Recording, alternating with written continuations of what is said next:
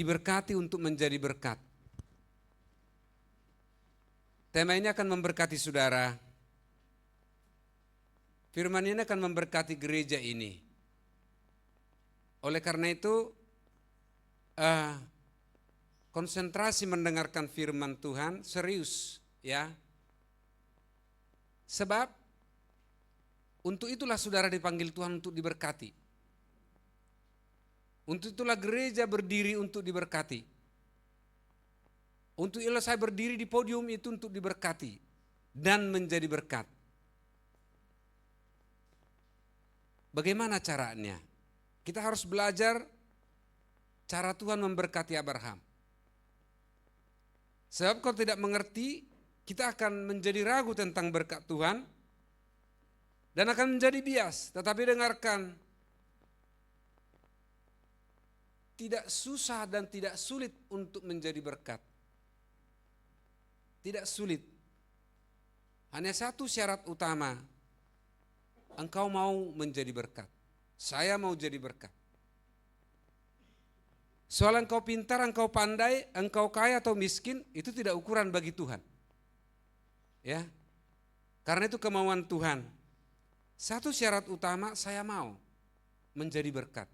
Ketika engkau mengucapkan itu dengan iman, saya mau menjadi berkat, maka Tuhan akan mulai bekerja, mendandani engkau. Dimulai dari firman ini.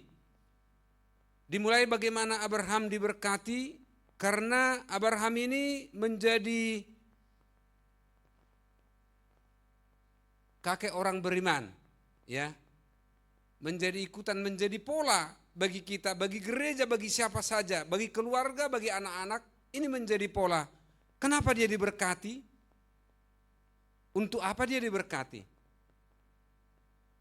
Ini harus mantap di sini, ya. Jadi syarat utama bagaimana aku menjadi berkat bagi banyak orang, bagi bangsa, bagi negara, bagi keluarga, bagi lingkungan, bagi gereja. Syarat utama, saya mau, saya haus, saya rindu untuk itu. Haleluya. Itu yang kau ucapkan dari awal khotbah ini. Kalau saya sejak dari dulu, saya mau jadi berkat Tuhan.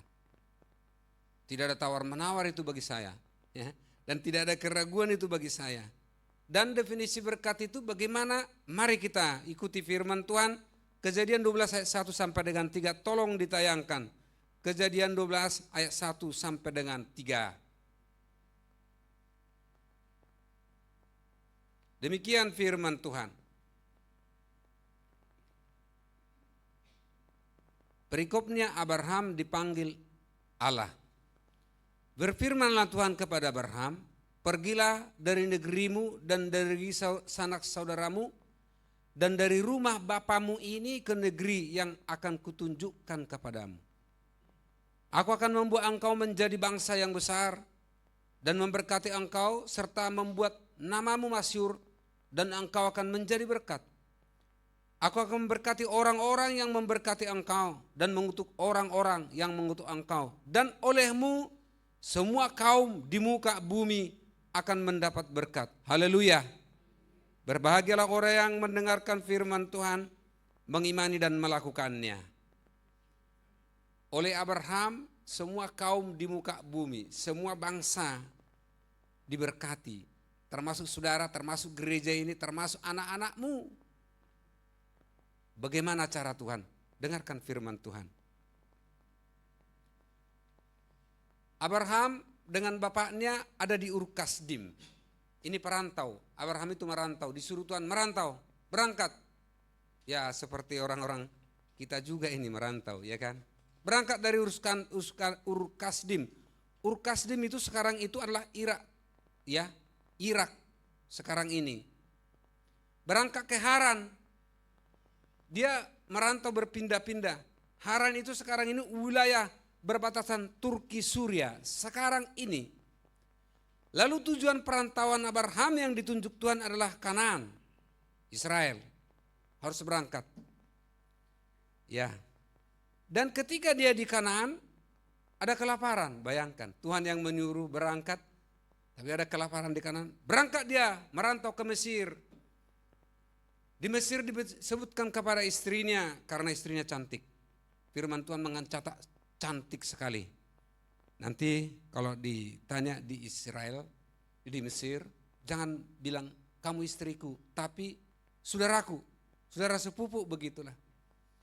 Lalu memang Raja Mesir di sana mengambil Sarah istrinya. Tapi sepanjang malam hari itu dikacaukan hatinya. Hati raja ini kacau balau. Ya, dibuat Tuhan. Lalu ditanya Abraham, itu siapa Sarah ini? Abraham mengatakan, istriku. Lalu Tuhan menjamah hatinya, kembalikan itu kepada Abraham. Saudara-saudara yang terkasih dalam nama Tuhan, kalau Tuhan merancang, Tuhan pasti melindungi. Ya, pertanyaannya, kenapa Abraham harus berangkat dari rumah bapaknya? Itu pertanyaannya. Mesopotamia zaman itu adalah penuh dengan penyembahan berhala.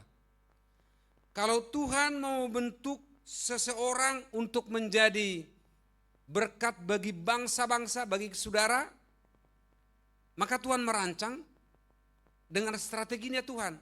Pisahkan mereka dari penyembahan-penyembahan berhala.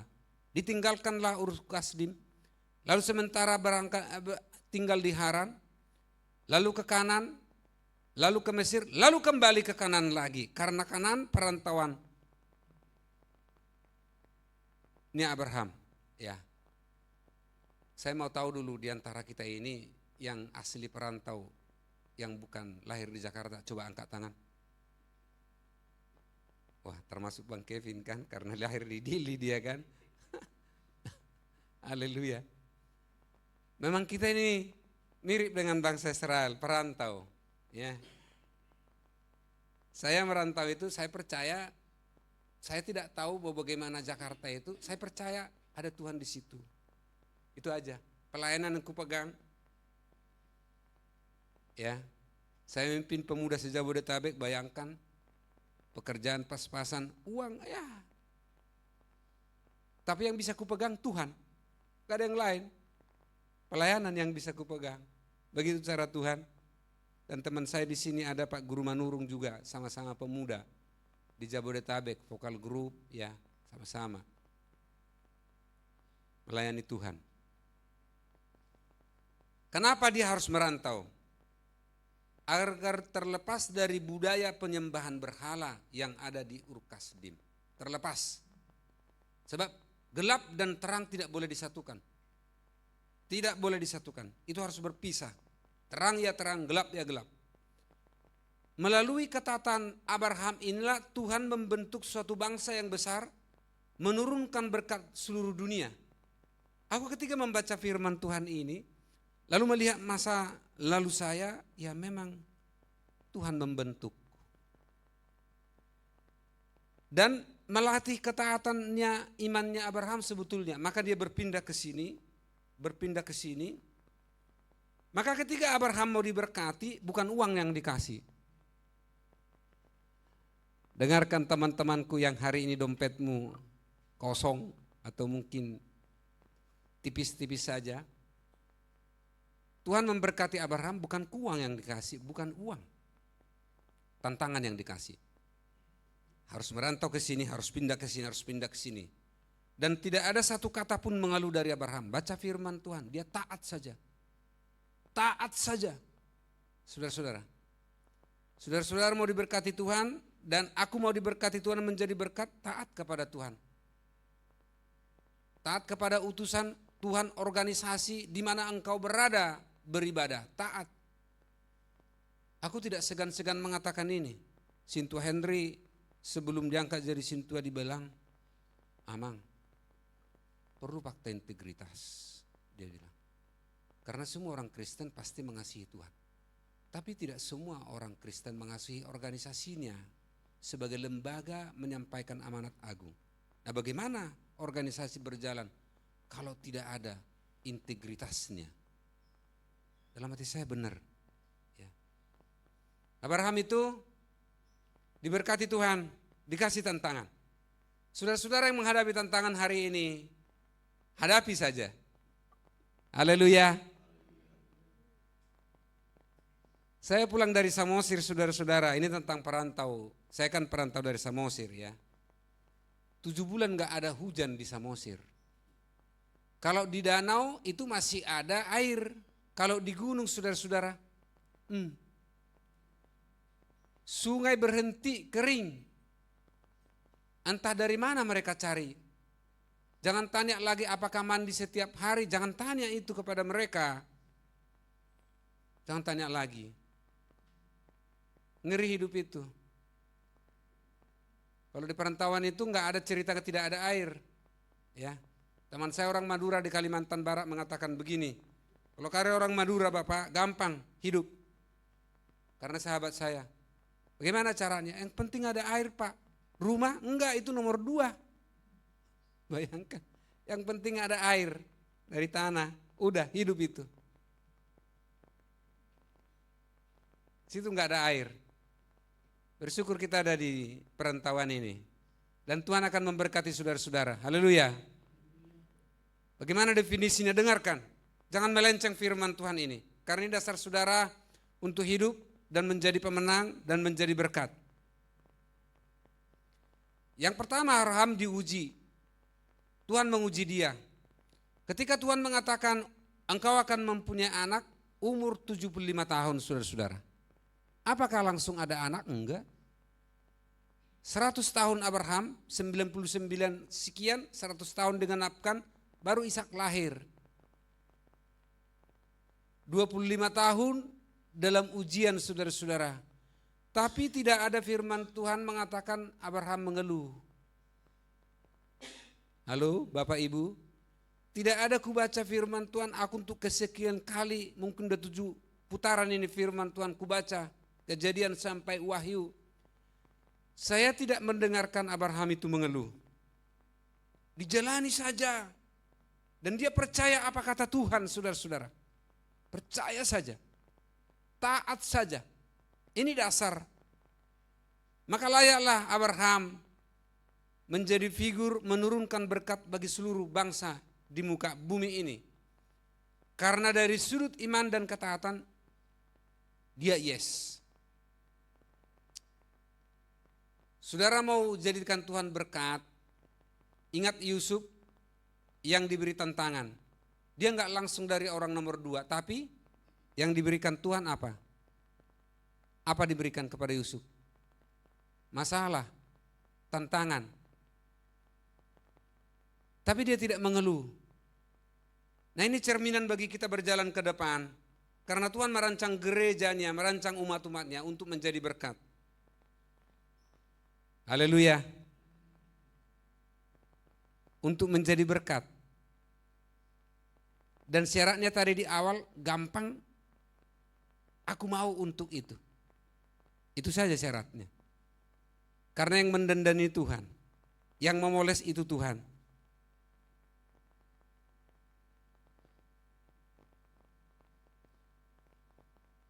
Aku bersaksi bagaimana aku dipakai Tuhan untuk menjadi berkat. Ya. Seperti yang saya sampaikan dalam pembukaan tadi, ketika aku merantau ke Jakarta, ya, kesulitan uang pasti ada. Saya untuk kursus pengacara aja nggak ada uang, nggak ada uang. Kerja ada, mengajar di SMA, Ringan Permai, masih ada di Bekasi nggak tahu. Mengajar di bimbingan tes yang tidak begitu banyak muridnya, ya.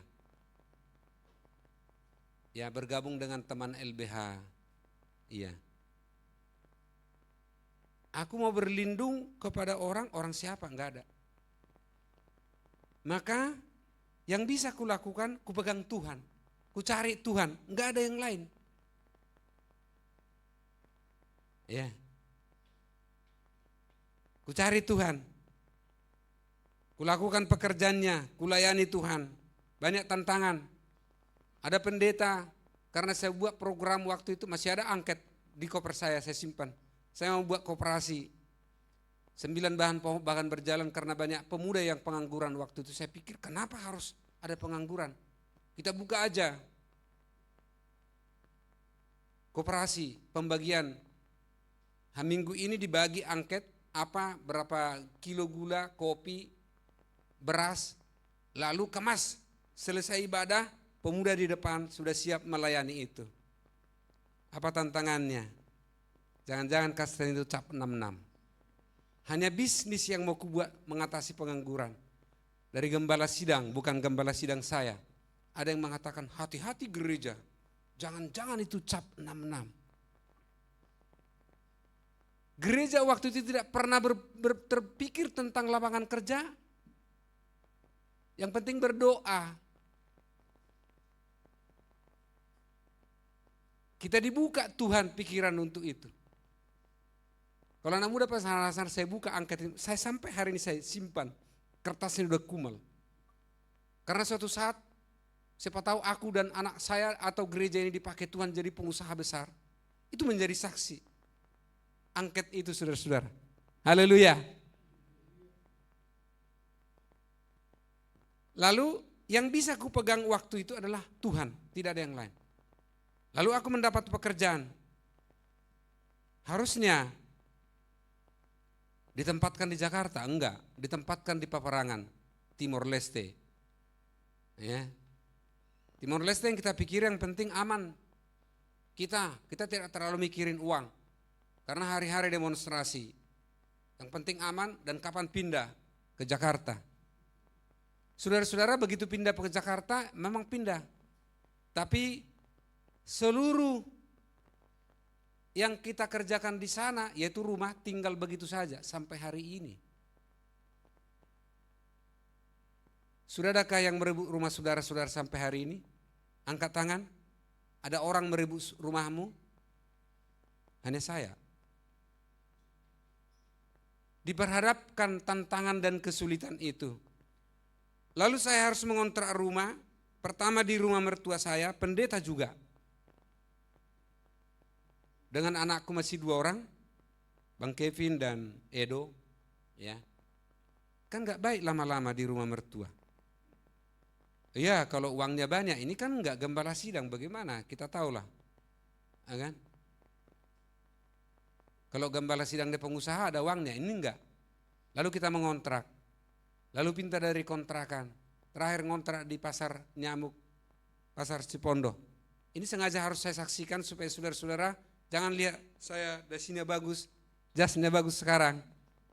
Jadi berkat, memberitakan firman Tuhan di mana-mana, tapi lihat prosesnya, maka saya saksikan. Lalu ada orang Padang yang kami kontrak rumahnya di situ, dia bilang gini, biasanya Pak, habis ngontrak dari sini pasti punya rumah.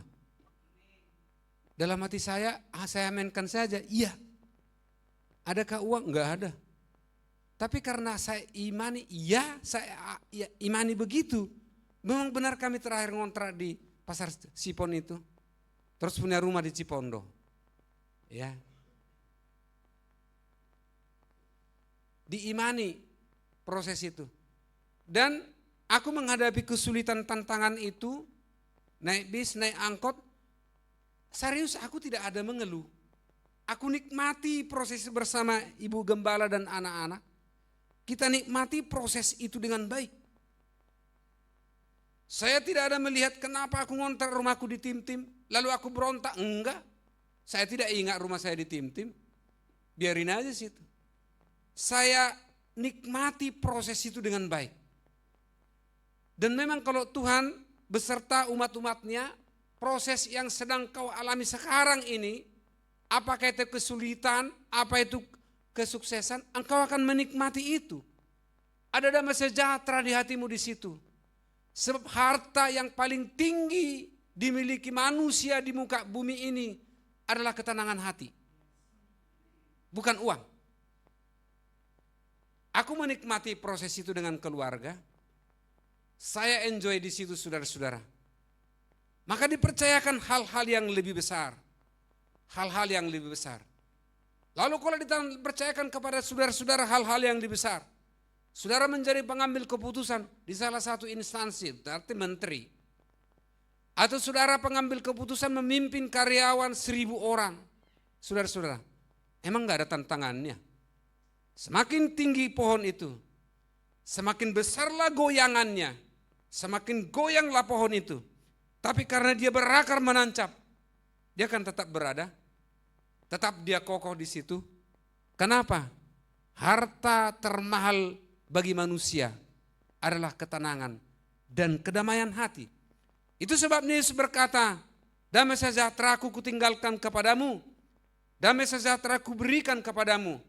Apa yang kuberikan tidak sama dengan yang diberikan dunia ini. Jangan gelisah dan gentar hatimu. Identifikasi hatimu, apapun posisimu.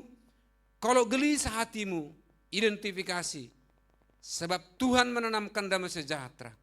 Sekalipun dalam kendala tantangan yang kau hadapi saudara-saudara, proses itu akan kau nikmati. Kenapa saya bisa berkhotbah demikian? Saya nikmati proses itu. Haleluya. Saya nikmati proses itu bersama-sama dengan Tuhan.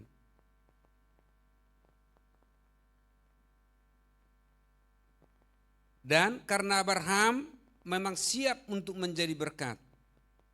Abraham sangat kaya.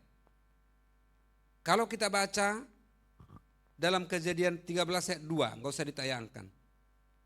Dikatakan, adapun Abraham sangat kaya, banyak ternak, perak dan emasnya. Kejadian 13 ayat 2. Adapun Abraham sangat kaya, banyak ternak, perak dan emasnya. SDM-nya, militer pribadinya terlatih, memiliki 318 orang yang terlatih, yang lahir di rumahnya, termasuk budaknya, pelayannya. Kejadian 14:14, 318 orang mengelilingi dia, militernya. Kalau ada meninggung dia dalam Kejadian 14:14, maka ditulis 318 menyerbu lawan itu. Luar biasa. Dia memiliki tanah, dia membeli tanah seharga 400 sikal perak murni. Kejadian 23 ayat 15 sampai dengan 16. Lalu pertanyaannya secara teologis, kapan berkat Abraham mendarat kepada saudara, kepada gereja, kepada bangsa-bangsa? Itu pertanyaannya. Ini kita harus mengerti. Kapan itu mendarat? Kapan itu menjadi milik saya? Kapan itu menjadi milikmu? Saudara-saudara, baca Galatia 13 sampai 14. Coba ditayangkan. Kalau dia warna hijau firman, maka harus ditayangkan. Haleluya. Galatia 3, tolong media. Galatia 3 ayat 13 sampai 14. Pertanyaan teologisnya tadi, kapan berkat Abraham itu mendarat menjadi milikmu, menjadi milik bangsa-bangsa di muka bumi ini? Saya akan bacakan. Kristus telah menebus kita dari kutuk hukum Taurat dengan jalan menjadi kutuk karena kita. Sebab ada tertulis, terkutuklah orang yang digantung pada kayu salib. Ayat 4. Selanjutnya. Oke, ya. Coba ayat 15. Ayat 13, coba ayat 13 dulu. Ayat 13. Demikian firman Tuhan, Kristus telah menebus kita dari kutuk hukum Taurat dengan jalan menjadi kutuk karena kita. Sebab ada tertulis, terkutuklah orang yang digantung pada kayu salib. Ayat 14. Yesus Kristus telah membuat ini supaya di dalam dia berkat Abraham sampai kepada bangsa-bangsa lain. Sehingga oleh iman kita menerima roh yang telah dijanjikan itu. Maka ketika Allah berfirman kepada Abraham, olehmu bangsa-bangsa di muka bumi, termasuk orang Batak, termasuk orang Chinese, orang Manado, orang Jawa di sini, ya, yang tidak mengenal Tuhan. Di dalam Yesus Kristus, berkat Abraham itu kita terima, baik berkat jasmani maupun berkat rohaninya. Ya, Galatia 3:29. Usah ditayangkan, demikian firman Tuhan Galatia 3:29. Dan jika kalau kamu adalah milik Kristus, maka kamu juga adalah keturunan Abraham dan berhak menerima janji Allah. Sekali Allah berfirman, olehmu semua bangsa di muka bumi ini akan mendapat berkat. Di dalam Yesus Kristus, berkat itu diturunkan kepada saudara. Haleluya. Di dalam Yesus Kristus, maka berkat itu diturunkan semua bangsa kepada saya. Apakah itu berkat jasmani maupun berkat rohani. Berkat rohani yang terbesar yang diberikan Tuhan adalah keselamatan kepada bangsa-bangsa. Mungkin ini orang merasa anggap remeh keselamatan. Tapi cobalah hitung-hitung saudara-saudara. Berkat yang terutama adalah keselamatan, selamat jiwamu. Ketika orang-orang percaya dipanggil Tuhan harus menghadap ke surga, tidak lagi di bumi ini, maka selamat jiwanya. Tidak ada berkat yang lebih besar kecuali keselamatan. Itu yang terbesar. Ketika kami pulang ke Samosir, ini lanjutan kesaksian lagi. Kan bulan 7 2 kali saya pulang ke Samosir. Pulang ke Sumatera, satu karena sinode dengan hamba-hamba Tuhan, kedua karena Bubes Situmorang, lalu kami lanjut ke Samosir dengan Ibu Gembala. Saya bawa ponakan saya dari Parapat, kami ngopi di tepi kopi Pangururan, pinggir danau. Tepi kopi itu seperti kopi, udah seperti kopi Jakarta, walaupun di Samosir. Harganya juga seperti itu. Lalu kami ngopi bertiga, berangkat dari Parapat, naik kapal, bawa mobil, ferry, ya kan? Saya setiap ke Sumatera, puji Tuhan, bere saya memfasilitasi saya, ya kasih mobil yang punya Audi, Universitas Audi Indonesia, yang bisa keluarga kita siapapun keluarga mau kuliah di situ, beasiswa. Ya, tidak ada alasan tidak bisa kuliah sekarang, beasiswa. Di universitas itu, saya selalu difasilitasi dengan mobil, masuk di ferry saudara-saudara, lalu berfoto-foto, biasa kan begitu. Lalu kami minum kopi di Pangururan. Ponakan saya tanya saya begini, Tulang, ya, Om, aku lihat Tulang dan non-tulang enjoy saja, segar-segar saja. Apa sih rahasianya? Ini pertanyaan spontan dan saya harus menjawab spontan tanpa dipikir. Tanpa buka halaman berapa. Saya bilang, Bere, aku tahu tujuanku. Tujuanku hanya satu, masuk surga. Jadi mau apapun persoalan di dunia yang kuhadapi, saya tidak pusing. Karena tujuan kita masuk surga. Demikian Bere, aku bilang. Orang tinggi, orang rendah, orang hebat, orang gagal, orang putih, orang hitam, sama tujuannya sebetulnya. Hanya satu, masuk surga. Nah, karena itu tujuan saya berpesta tiap hari. Mau ada masalah, saya tidak mau berpengaruh dengan masalah itu. Aku minta dengan Tuhan. Demikian harus Bere melakukan style hidup. Tujuanmu hanya satu. Tujuan kita hanya satu, masuk surga. Jadi kalau ada tantangan pun kita tidak lupa tujuan itu. Tujuan kita masuk surga. Saudara-saudara, orang-orang yang tidak tahu tujuannya, dia akan berputar-putar, terus berputar-putar. Ya. Dia diberkati, berputar-putar. Dia tidak diberkati, berputar-putar. Orang yang tahu tujuannya diberkati untuk menjadi berkat, titik. Ya. Bagaimana caranya? Dengarkan sebentar lagi penjelasannya ke situ ya. Jadi berkat terbesar dari Abraham kepada dunia ini adalah yang diberikan Tuhan keselamatan jiwanya, selamat di dalam Yesus Kristus. Lalu Tuhan memberikan bonus berkat jasmani dari Abraham itu sandang, pangan dan papan. Ya. Jadi kalau kita berdoa, Tuhan berkati aku seperti berkat Abraham, tidak salah. Berkati aku Tuhan keuangan, tidak salah. Berkati aku Tuhan sandang, ya, pakaian. Tapi kalau pakaianmu tidak seindah bunga bakung, ingat Yesus berkata, ya, lihatlah bunga bakung. Ya, yang tidak memintal. Tapi Salomo pun tidak ada seindah bunga bakung itu. Walaupun Salomo hebat, kaya dan pintar. Tidak sehebat itu, saudara-saudara.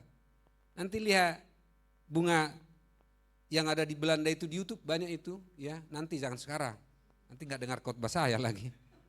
Beralih, karena ada pesan Tuhan kepada saudara berkat ini, dan ini akan menjadi milik saudara, milik saya, milik gereja ini. Diberkati untuk menjadi berkat. Jangan ragu soal itu. Dengar, kalau dilihat di YouTube itu bunga tulip di Belanda langsung, hebat sekali. Jangankan itu, mungkin dipelihara. Bunga yang di pinggir jalan yang tidak ada memelihara, bunga matahari namanya. Di kampung saya ada bunga matahari, hebat sekali. Nggak ada yang pernah mengurusin itu. Begitu dia berkembang luar biasa. Ya kan? Perlu sandang, perlu pangan. Saya selalu mengamati setiap hari dari dulu, manusia itu 3 kali sehari. Makan, pagi makan. Ya, memang ada yang tidak makan pagi hari, nggak apa-apa. Kalau engkau sehat dengan begitu nggak apa-apa, ya kan? Nah, bos saya juga tidak pernah makan pagi hari, hanya minum kopi 1 gelas. Ya, siang makan, malam makan. Saya melihat rata-rata pagi harus makan, siang harus makan, malam harus makan. Kan memang itulah tujuan manusia itu. Ketika kami berjumpa dengan calon guru, calon sintua di sinode dari gereja ini, dan Pak Guru Manurung juga ada di sana. Saya bilang tujuan kita di Siantar hanya makan. Dilihat saya, apa enggak salah Pak Pendeta ini pikirnya kan? Yang tujuan kita hanya makan. Tapi persoalannya ada masalah manusia itu hanya makan rohani yang didahulukan. Hanya makanan jasmani yang didahulukan, makan rohani tidak. Nah kita disiantarkan makanan rohani, ibadah terus. Kita nangis-nangis berdoa di sana. Pujian aja kita udah menangis saudara-saudara, belum lagi masuk firman Tuhan, belum lagi doa, kita udah menangis. Bayangkan 4 jam menunggu menteri untuk datang, bernyanyi saja di situ. Ya kan, membuka sinode. Kita nikmati lagu pujian itu. Kita menangis juga di situ. Kenapa hadirat Tuhan di situ? Tujuan manusia itu pada umumnya makan. Tapi ada yang salah, hanya makan jasmani yang dahulukan. Rohaninya tidak. Dahulukan makanan rohanimu. Baca firman Tuhan, ibadah seperti ini. Berdoa, berkomunikasi dengan Tuhan. Ya, terhubung dengan Tuhan. Haleluya. Itu berkat rohani, berkat jasmani. Papan perlu, perumahan perlu, ya. Kalau hari ini engkau tidak merasa tanda-tanda untuk punya rumah, imani saja. Haleluya. Januari saya tantang khotbah di sini, resolusi Januari, khotbah 1 Januari. Siapa yang mau punya rumah? Angkat tangan kan, Oma Eti. Ya kan? Udah kita resmikan, udah ucapan syukur di rumahnya. Imani saja bagaimana cara Tuhan. Haleluya. Banyak cara Tuhan untuk itu. Apa yang menjadi aplikasi dari firman Tuhan ini? Untuk kita menjadi berkat, diberkati dan menjadi berkat, berasal dari Abraham, rela berkorban. Apapun yang diminta Tuhan dari Abraham dikorbankan. Persembahkan anakmu. Kan dia mau jadi orang besar. Dibawa. Ishak yang membawa kayu itu. Bapak, mana domba yang mau dipersembahkan? Jalanlah kita nak. Tapi ketika lulus di ujian itu Tuhan mengatakan, jangan persembahkan Ishak. Ada domba yang tergantung. Itulah persembahkan. Saudara mau dipakai Tuhan dengan luar biasa. Hadapi tantangan dan ujian. Dan di ujung sana ada Tuhan. Jangan mengeluh. Abraham bukan hanya persembahan persepuluhan yang diberikan. Apapun diminta Tuhan diberikan. Abraham mempersembahkan persepuluhan kepada Abimelek. Setiap pendapatannya, saudara-saudara. Jangan heran dia menjadi berkat bagi bangsa-bangsa di muka bumi ini. Yang berikutnya, aplikasinya, miliki ketaatan kepada Kristus. Seperti Abraham yang memiliki ketaatan kepada Tuhan. Apa yang diperintahkan miliki kepada Tuhan. Hanya satu yang kita lakukan dalam hidup ini, kita lakukan apa yang menjadi kehendak Tuhan, itu saja. Apa yang menjadi kehendaknya.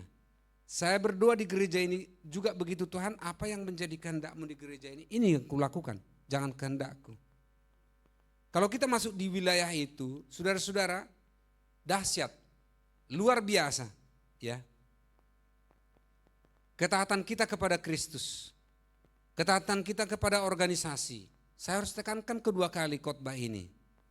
Tuhan memakai gereja dengan dahsyat dan luar biasa. Hari Jumat kemarin kami diundang peresmian usaha seorang pendeta mendirikan rumah duka. Peresmiannya, ya kan, kami diundang dan saya doa syafaat di situ. Lalu setelah itu kami ngopi, agak ada waktu 2 jam lebih berdiskusi tentang pelayanan, tentang pengorbanan, saudara-saudara. Ya, hamba Tuhan yang melihat di situ, ini GP Taman Royal dia akan besar nanti. Saya tidak minta dia bernubuat seperti itu. Ya, apa dasarnya aku bilang? Karena saya lihat pengorbanannya. Ada banyak pendeta yang tidak mau berkorban, ya, tidak mau berkorban. Saya lihat tidak besar gerejanya. Kebetulan pendeta ini berkorban benar-benar, dijual rumahnya, semuanya untuk rumah ibadah. Saya lihat pendeta Kasten berkorban untuk gereja itu pasti besar. Itu kita amenkan, saudara-saudara. Bagaimana cara Tuhan? Kita ikutin saja. Ya. Kita miliki ketaatan kepada Kristus. Maka hidup kita akan menjadi berkat, hidup akan menjadi berkat. Apa definisi berkat itu? Mungkin saudara mendefinisikan harus menjadi punya uang baru berkat? Oh tidak. Sebetulnya yang dimaksud Tuhan diberkati untuk menjadi berkat, di mana saja pun kita pasti jadi berkat. Aku marah aja hari ini, misalnya bertemu dengan orang aku marah, atau aku senyum, selamat pagi. Kira-kira kalau aku senyum berkat enggak? Selamat pagi. Kalau saudara senyum dengan istri, dengan anak, berkat enggak? Oh, suasananya berubah itu. Berubah itu langsung. Langsung berubah. Atau sebaliknya langsung marah. Itu dampaknya itu, saudara-saudara. Jadi sebetulnya yang dimaksud Tuhan hari ini dipesan kepada saudara-saudara, diberkati untuk menjadi berkat. Semua kita bisa jadi berkat, di mana saja berada. Haleluya. Ini harus kita pegang, ya. Jadi tidak harus menunggu menjadi pengusaha besar atau menunggu menjadi penguasa besar. Tidak harus menunggu itu. Style hidup kita di mana saja pun kita berada harus menjadi berkat. Haleluya. Renungkan firman Tuhan ini di mana engkau berada.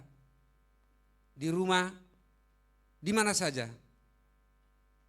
Itu melatih dirimu menjadi berkat bagi banyak orang. Yang terakhir, miliki barang sedikit terang Kristus dan bersinarlah. Engkau pasti bisa jadi berkat. Kita sudah menerima keselamatan itu. Kita sudah menerima berkat Tuhan, kita sudah percaya kepada Yesus Kristus. Maka engkau harus jadi berkat di mana saja berada. Ya. Perkatakan kebaikan Injil Tuhan. Kau menyampaikan Injil tidak harus berkata menurut Matius 5 ayat 5, berbahagialah orang yang lemah lembut. Karena mereka akan memiliki, tidak harus kau belikan Markus itu. Tapi ketika engkau berbicara kepada orang, sesungguhnya berbahagialah orang lemah lembut. Siapapun orang di situ, itu teraspirasi dengan Injil. Kalau saya pembina apel, saya sampaikan Injil tentang tanggung jawab, tentang pelayanan. Saya sampaikan, saya tidak tulis di mana tertulis. Tapi saya sampaikan bagaimana sikap seorang pelayan. Saudara-saudara, saudara akan menjadi berkat. Haleluya. Dan itu sudah saudara jalanin sebetulnya. Hanya diingatkan kembali firman ini, mengokohkan kembali, saudara akan dipakai Tuhan, saudara akan diberkati Tuhan untuk menjadi berkat. Hanya menancapkan kembali seperti panah yang tajam, tidak tumpul.